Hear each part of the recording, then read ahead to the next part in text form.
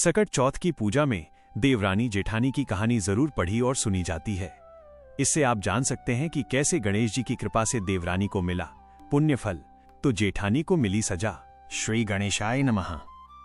एक समय की बात है, एक शहर में देवरानी जेठानी रहती थी। देवरानी गरीब थी और जेठानी अमीर थी। देवरानी गणेश जी की बड़ी भक्त थी।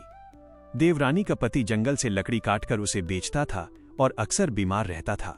देवरानी अपनी जेठानी के घर का सारा काम करती और बदले में जेठानी उसे बचा हुआ खाना, पुराने कपड़े आदि दे देती थी। इसी से देवरानी का परिवार चल रहा था। माघ महीने में देवरानी ने तिल चौथ का व्रत किया। 5 रुपए का तिल व गुड़ लाकर तिलकुट्टा बनाया। पूजा करके तिल चौथ की कथा सुनी और तिलकुट्टा छीके में रख दिया और सोचा कि चांद निकलने के बाद ही कुछ खाएगी। इस तरह से कथा सुनकर वो जेठानी के यहाँ काम करने चली गई। खाना बनाकर जेठानी के बच्चों को खाना खाने को कहा तो बच्चे बोले, माँ ने व्रत किया है और माँ भूखी है। जब माँ खाना खाएगी तभी हम भी खाएंगे। जेठ जी को खाना खाने को कहा तो जेठ जी बोले, मैं अकेला नहीं खाऊंगा, जब चांद निकलेगा तभी मैं खाऊंगा। देवरानी ने कहा, मुझे घर जाना है इसलिए मुझे खाना दे दो। जेठानी ने उसे कहा, आज तो किसी ने भी अभी तक खाना नहीं खाया, तुम्हें कैसे दे दूं? तुम सवेरे ही बचा हुआ खाना ले जाना। देवरानी उदास होकर घर चली आई। देवरानी के घर पर पति बच्चे सब आस लगाए बैठे थे कि आज तो त्योहार है, इसलिए कुछ अच्छा खाना खाने को मिलेगा। परंतु जब बच्चों को पता चला कि आज तो रोटी भी नहीं मिलेगी तो बच्चे रोने लगे। ये देखकर देवरानी के पति को गुस्सा आ गया और कहने लगा कि दिन भर काम करने के बाद भी 2 रोटियां नहीं ला सकती तो काम क्यों करती हो? पति ने गुस्से में आकर पत्नी को कपड़े धोने के धोवने से पीटा। धोवना हाथ से छूट गया तो पाटे से मारा। वो बेचारी गणेश जी को याद करती हुई रोते हुए पानी पीकर सो गई। उस दिन गणेश जी देवरानी के सपने में आए और कहने लगे, धोवने मारी, पाटे मारी, सो रही है या जाग रही है? वो बोली, कुछ सो रहे हैं, कुछ जाग रहे हैं। गणेश जी बोले, भूख लगी है, खाने के लिए कुछ दे। देवरानी बोली, क्या दूं? मेरे घर में तो अन्न का एक दाना भी नहीं है। जेठानी बचा हुआ खाना देती थी, आज वो भी नहीं मिला।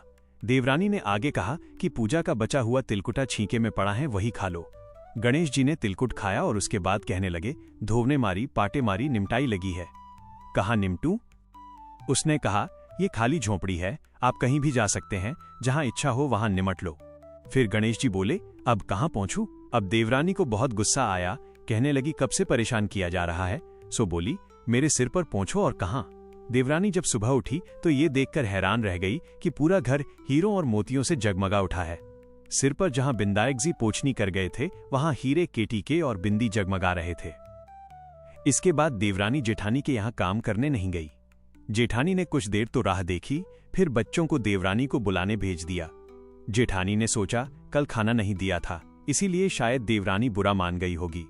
बच्चे बुलाने गए और बोले, चाची चलो, मां ने बुलाया है। दुनिया में चाहे कोई मौका चूक जाए, पर देवरानी जेठानी आपस में कहने का मौके नहीं छोड़ती। देवरानी ने कहा, बेटा बहुत दिन तेरी माँ के यहाँ काम कर लिया, अब तुम अपनी माँ को ही मेरे यहाँ काम करने भेज दो। बच्चों ने घर जाकर माँ से कहा कि चाची का पूरा घर हीरों और मोतियों से जगमगा उठा है। जेठानी दौड़कर देवरानी के घर गई और पूछा कि ये सब कैसे हो गया। देवरानी ने जेठानी को सब बता दिया, जो भी उसके साथ हुआ था। घर लौटकर जेठानी ने कुछ सोचा और अपने पति से कहने लगी, आप मुझे धोवने और पाटे से मारो। उसका पति बोला कि भली मानस, मैंने तो कभी तुम पर हाथ भी नहीं उठाया, मैं तुम्हें धोवने और पाटे से कैसे मार सकता हूं? वो नहीं मानी और जिद करने लगी। मजबूरन पति को उसे मारना पड़ा। मार खाने के बाद उसने ढेर सारा घी डालकर चूरमा बनाया और छीके में रख सो गई। रात बिंदायक जी जेठानी के सपने में भी आए और कहने लगे कि उन्हें भूख लगी है, मैं क्या खाऊं? जेठानी ने कहा, हे भगवान गणेश, आपने मेरी देवरानी के घर पर एक चुटकी सूखा तिलकुट खाया था। मैंने तो झरते घी का चूरमा बनाया है और आपके लिए छींके में रखा है। फल और मेवे भी रखे हैं, जो चाहे खा लो। गणेश जी बोले, अब निपटे कहां? जेठानी बोली, उसके यहाँ एक टूटी हुई झोंपड़ी थी, मेरे यहाँ एक उत्तम दर्जे का महल है, जहां चाहो निपटो। फिर गणेश जी ने पूछा, अब पहुंचू कहां? वो बोली, मेरे ललाट पर बड़ी सी बिंदी लगाकर पहुंच लो। धन की भूखी जेठानी सुबह जल्दी उठ गई। सोचा घर हीरे और जवाहरात से भर चुका होगा, लेकिन उसने देखा कि उसका पूरा घर बदबू से भर गया है और उसके सिर पर भी बहुत सी गंदगी लगी हुई थी। उसने कहा, हे गणेश जी महाराज, ये आपने क्या किया? मुझसे रूठे और देवरानी पर टूटे। जेठानी ने घर की सफाई करने की बहुत कोशिश की, परंतु गंदगी और ज्यादा फैलती गई।